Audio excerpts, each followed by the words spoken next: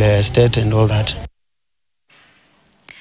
Wito umetolewa kwa serikali na mashirika kuwekeza katika kuboresha ukuzaji wa zao la nazi kaunti ya Lamu. Hii ni baada ya wanawake 72 kutoka wadi ya Hongwe kaunti hiyo ya Lamu kupokea mafunzo maalum ya kuongeza thamani kwa bidhaa zao kutoka shirika la kijamii la Action Life.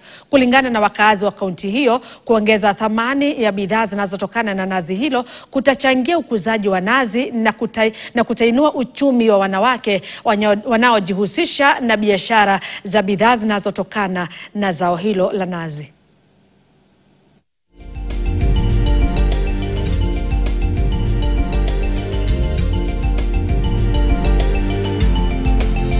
Takriban wa mama ama wanawake, a group of 72 wamekuwa wamekifundishwa mambo ya nazi.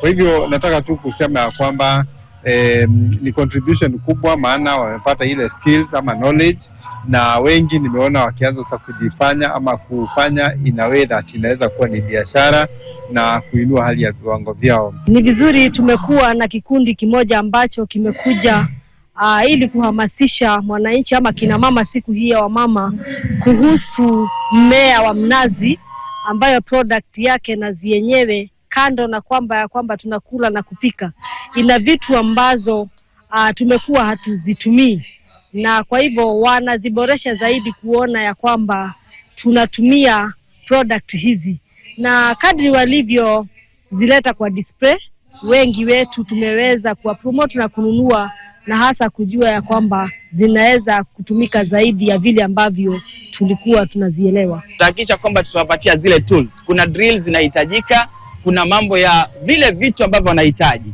kuhakikisha kwamba kuna kupiga msasa zile vitu, kuhakikisha kwamba zile vitu zao zikienda madukani zinaenda zikiwa sawa. Kwingineko, mtazamaji, kaunti ya Makueni kwa kawaida hupokea kiwango